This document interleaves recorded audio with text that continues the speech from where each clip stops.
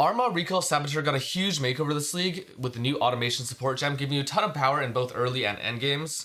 Let's go over the core concept of this build first. So when you have active Armageddon brands out, pressing brand recall will then activate those Armageddon brands, giving you 300% damage effectiveness per brand, if you're using the Armageddon brand of Recall Transfigured Gem. Now with the 7 brand limit, this means that you have 2100% damage effectiveness every time you press brand recall. As a Saboteur though, you also have access to the perfect crime ascendancy node, and this gives you 2 trigger bots which then duplicate any triggers that happen. In this build, I don't trigger Armageddon brand, however I do trigger brand recall, now using the automation support gem. This allows all Armageddon brands to then explode twice as much. In other words, you get a 4200 damage effectiveness explosion every single time you press brand recall with no damage penalty. An additional source of a gigantic more multiplier comes from a trigger 8-second weapon. This does not actually share a cooldown when you put brand recall there with your other brand recall. However, the 4-second weapon does. So in essence, basically somewhere around every second automation brand recall, you get an 8400 damage effectiveness explosion of Armageddon brands. That's basically the equivalent of pressing arc 32 times. I also use a Pyroclast mine of Sabotage setup to give you a ton of flat added damage. It's a little bit cringe for the playstyle, it's a little bit tougher, but I really only use it on pure single target, map bosses, that sort of thing. And basically you throw down a bunch of Pyroclast mines of Sabotage. I only throw it twice usually, maybe 3 times. And then it gives you some like 5 to 6 times more damage when you have Sabo. Because of a really good playstyle outside this though, I think it's more than acceptable. Your boss uptime is close to 100. A lot of people also opt for Stormblast Mines setup. It gives you more than double damage. I don't know if I want to use this yet. I don't like throwing like 4 sets of Minefield Mines because that's really quite slow and quite clunky, but it does give you like way too much build power, honestly. And I just want to highlight 2 uniques before we get into the POB. The first is March of the Legion, and this is actually where my Pyroclast Mines will live. A really cheap 1C unique on day 1 that gives you plus 5 levels to all your aura gems. Pyroclast Mine is an aura in this case, and it also gives you a free Divine Blessing, relieving some of the socket pressure you have on this build.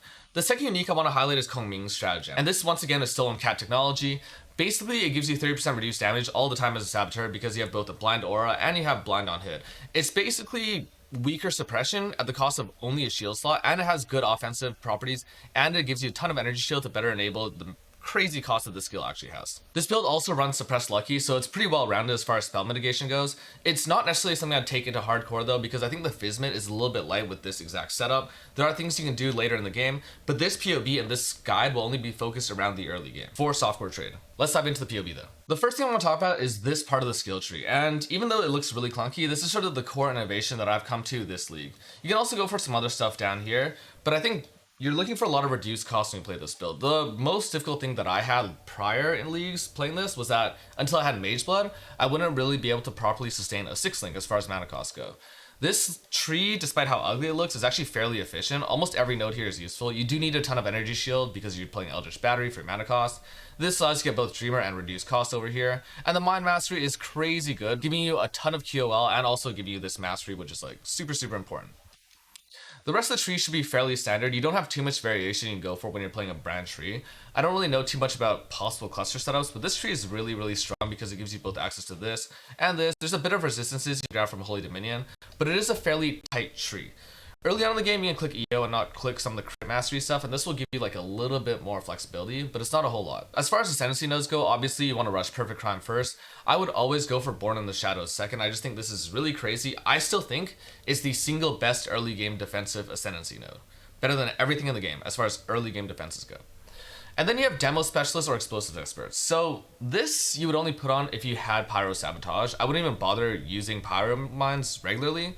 I would use Sabotage with this. And then you have this thing, Explosives Expert. So this is also not that important because you don't really want to play crit in the early game. Honestly, I'll probably just grab this first and buy the gem. You know, softcore trade, it'll be like 1 chaos. Probably, right? Last thing, it's got 123 life on the tree, and that's not a whole lot, and that's the reason why I'm opting for Utula's Hunger. This was, I think, 5 chaos day 1, and it is a little bit hard to color, and it's also why I'm playing this on a 5-link setup right now. Probably swapping this out. So you go 2 red, 3 blue, probably something like that when you're trying to off-color this thing. It's just going to be really hard to do, but I think it's a really good chest. You can also offer a ton of other, you know, generic-looking chests, like a rare chest is still going to be good for PDR. Cloak of Flame, I think, is pretty solid as well, just for, you know, solving fizz mitigation, but then it will be quite a bit squishier. And I think this chest is also really great for this build, because the other core uniques don't use any life. Kong Ming's doesn't have any life. Honor Home is another really great thing, and this +2 is actually kind of underrated, because it gives you +2 to brand recall, and it can also give you +2 to enhance, which is also like 5 chaos in softcore trade on day 1.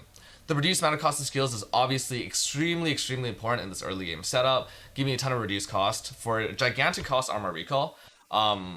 Right now, even with all this investment, it's still like 44 per brand, so quite expensive, and you do need a bit of ES leech to sustain things, just with this 1 pointer over here.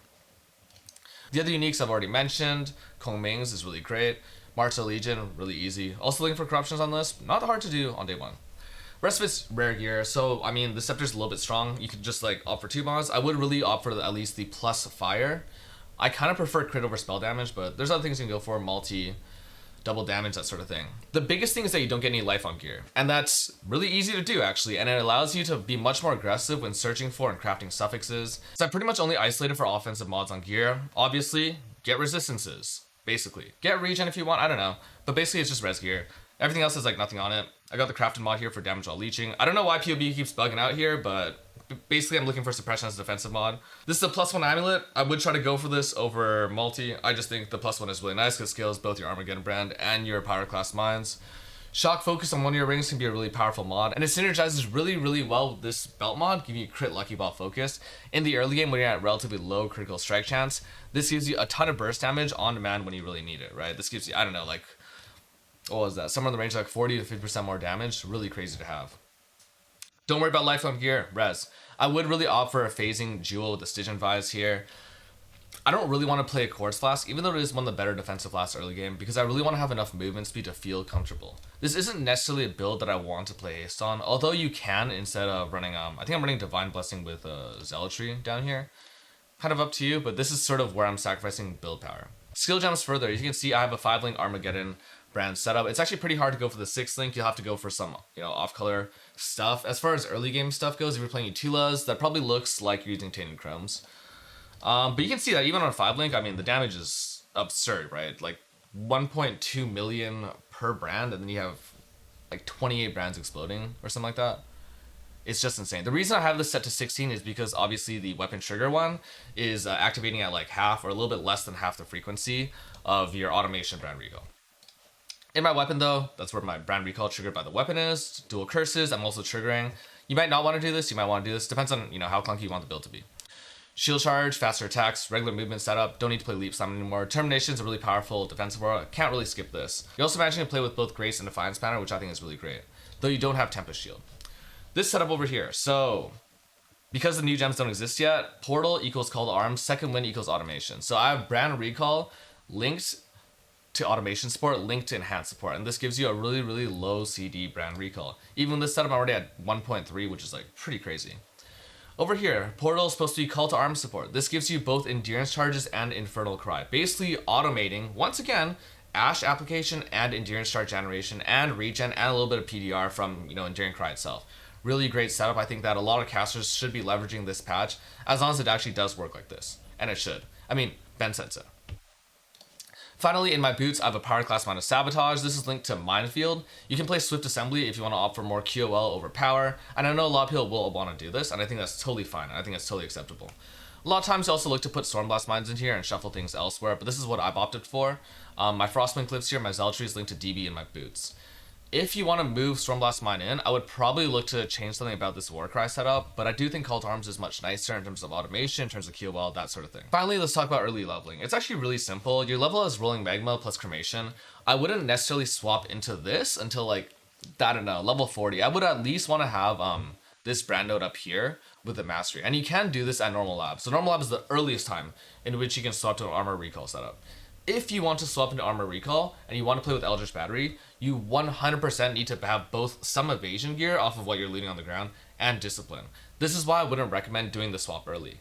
Instead, I would just play, Arma Crema, the regular setup until like, I don't know, Blood Aqueducts or even maps entering, buy the 1C uniques and then do the swap at maps. But it's kind of up to you.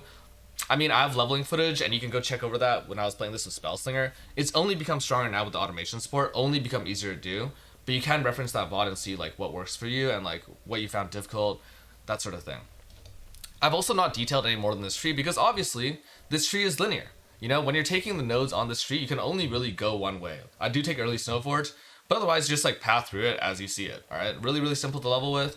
you're playing a fire skill and leveling, should be easy enough. Now obviously I haven't included any investment further than this. The total gear cost on this, if you were to res cap, is probably in the range of like 100 chaos. At this current time, I don't really want to talk about higher investment stuff because this league is obviously going to be somewhat of a crafting league with the new mechanics we're getting from Necropolis, and I think building your build around that makes a lot more sense. Basically, there's 3 other builds I'm considering as potential candidates for a league start. I'll try to get those up in the coming days so you can make your decision better. It won't be trash. Everything's gonna be relatively strong. Some of it might be a little bit cringe like this, but I think if you have 10 fingers and 1 brain, you'll be able to make any of these builds work really, really, really easily.